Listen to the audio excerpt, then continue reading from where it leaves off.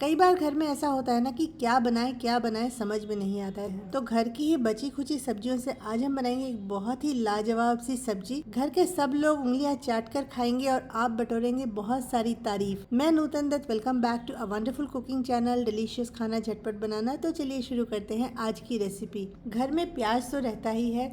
प्याज को हम 4 बड़े बड़े टुकड़ों में काटेंगे और इसको ऐसा करेंगे, इसका बीच का पार्ट निकाल कर हम अलग कर लेंगे और बाहर के लेयर्स को हम सेपरेट कर लेंगे। तो 2 प्याज लिया है, इसके बाहर के लेयर मैंने इस तरीके से सेपरेट कर लिए हैं और बीच का पार्ट अलग कर लिया है। और शिमला मिर्च मेरे पास 2 पड़ी हुई थी, इसे भी इस तरीके से बड़े बड़े टुकड़ों में काट लिया है। थोड़ी सी स्वीट कॉर्न या मटर जो आपके पास हो वो ले लीजिए और फुल मखाना करीब करीब 2 से ढाई कप इसे भी ले लीजिए। अब एक पैन में हम बिल्कुल 1 चम्मच तेल डालेंगे और इस तेल में हम प्याज को और शिमला मिर्च को एक साथ डाल देंगे और इसे हम 2 से 3 मिनट तक थोड़ा स्टर फ्राई करेंगे।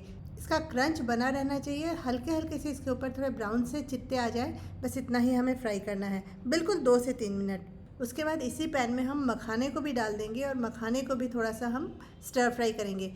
तेल अगर पैन में ना हो तो एडिशनल डालने की ज़रूरत नहीं, लेकिन अगर आपको पसंद हो तो आप 1 चम्मच तेल डाल भी सकते हैं।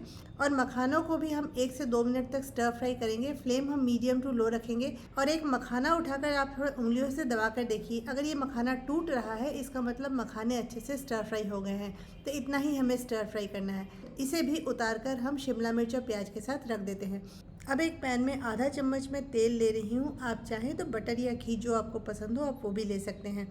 और इसमें 4-5 काजू डाल दें, आधा इंच अदरक का टुकड़ा डाल दें, 5-6 लहसुन की कलियां डाल दें, एक काश्मीरी लाल मिर्च या ऐसी कोई भी मिर्च जिसका कलर अच्छा आता हो, तीखी ना हो, वो डाल दें। और जो प्याज के हमने बीच वाले पोर्शंस अलग करके रखे थे उन्हें डाल दें और एक टमाटर को भी हम रफली चॉप करके डाल देते हैं। साथ ही 1 टेबलस्पून में डाल रही हूँ मगज बीज और इन सारी चीजों को हम थोड़ा सा स्टर फ्राई करेंगे ताकि ये थोड़े नरम भी हो जाए। और प्याज जो है ना, इस तरीके से कुक करने से हल्का सा मीठा टेस्ट ऐड करते हैं। थोड़ी सी हम डाल रहे हैं काली मिर्च, बिल्कुल भी ज़्यादा नहीं डालना है क्योंकि ये जो ग्रेवी हम बनाएंगे ना ये मीठी सी ग्रेवी होगी। और इसे हम थोड़ा ढक देते हैं और 1 मिनट बाद ढक्कन खोलकर इसमें हम 3-4 चम्मच पानी डाल देंगे और पानी डालकर भी इसे हम दोबारा से एक बार चलाकर ढक देते हैं और सारे मसालों को आराम से सॉफ्ट होने देते हैं। 3 से 4 मिनट तक हमें कुक करना है और इसमें टमाटर हमारे अच्छे से गल जाएंगे और प्याज भी गल जाएंगे। इस तरीके से कुक किए हुए प्याज काफ़ी अच्छे, स्वादिष्ट, मीठे से लगते हैं। और अब इसे हम ढक कर अपने आप ठंडा होने देते हैं। जब ये ठंडा हो जाए तब इन सारी चीज़ों को हम एक मिक्सी के जार में डालकर पीस लेंगे। अब हम उसी पैन को दोबारा चढ़ाते हैं और इसमें मैं डाल रही हूँ 1 चम्मच तेल और 1 चम्मच बटर। आप चाहें तो पूरा बटर ले सकते हैं, आप चाहें तो घी और बटर ले सकते हैं, जो आपको पसंद हो आप उस तरीके से ले सकते हैं। और अब इसमें मैं डाल रही हूँ 1 चम्मच काश्मीरी लाल मिर्च, 1 चम्मच धनिया पाउडर, थोड़ा सा हल्दी डालेंगे, हल्दी बहुत कम डालना है, 1/4 चम्मच हल्दी डालना है। और आधा चम्मच मैं डाल रही हूँ जीरा पाउडर। और इन सारी चीज़ों को इस तेल में हम थोड़ा सा भूनेंगे। अगर आपको बहुत ड्राई लग रहा हो तो आप थोड़ा सा पानी भी डाल दें क्योंकि मसाले जलने नहीं चाहिए। और 2-3 चम्मच पानी डालकर भी इसे हम अच्छे से थोड़ा और भून लेते हैं। और इसके बाद जो हमने ग्रेवी का बेस बनाकर रखा था उसे भी यहाँ डाल देते हैं और इन मसालों के साथ उन्हें भी थोड़ा सा हम भूनते हैं। फ्लेम हम मीडियम टू लो रखेंगे और इसे धीमी आंच पे ही बहुत अच्छे से भूनेंगे।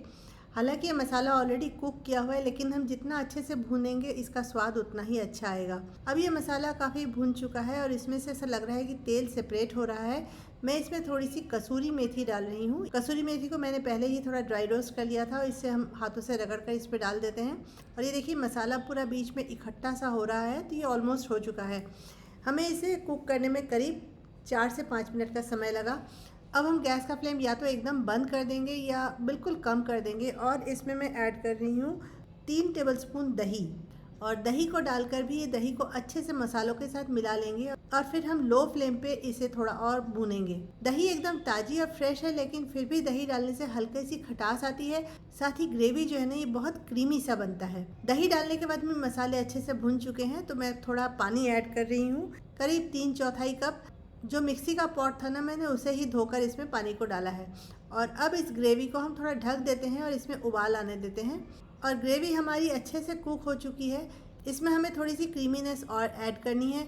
आप चाहें तो फ्रेश क्रीम ऐड कर सकते हैं, घर की मलाई हो तो वो ऐड कर सकते हैं। मैं यहाँ पे आज 1 कप दूध ऐड कर रही हूँ। और फिर हम इसमें प्याज, शिमला मिर्च और फुलमा खाना जिसे हमने सेक कर रखा था उसे ऐड कर देते हैं। स्वीट कॉर्न या मटर जो भी आप डालना चाहें उसे भी ऐड कर देते हैं। और सब्जी में अभी तक हमने नमक नहीं डाला था तो अब नमक भी डाल देते हैं। उबाल आने के बाद फुलमा खाना जो है ना ये बहुत छोटे साइज़ के हो जाते हैं, इसलिए अगर आप 3 से 4 लोगों के लिए अगर सब्जी बना रहे हैं तो 2 से ढाई कप फुलमा खाना डालना बहुत ज़रूरी है। वैसे आप अपनी चॉइस के हिसाब से कम या ज़्यादा कर सकते हैं। सब्जी हमारी ऑलमोस्ट बन गई है, थोड़ा सा गरम मसाला ऐड कर देते हैं और बस इसे अब हम सर्विंग बाउल में ट्रांसफ़र कर देते हैं। रेसिपी पसंद आई हो तो प्लीज़ अपने फ्रेंड्स और फैमिली और सभी के साथ शेयर ज़रूर कीजिएगा और मेरी हौसला अफजाई के लिए एक लाइक ज़रूर कीजिएगा। चैनल पर नए हैं तो सब्सक्राइब जरूर कीजिएगा। सब्सक्राइब करके बेल बटन को ऑल नोटिफिकेशन के लिए ज़रूर सेट कर दीजिएगा और फिर हमारी होगी एक और मुलाकात एक और नई रेसिपी के साथ। तब तक के लिए बाय बाय।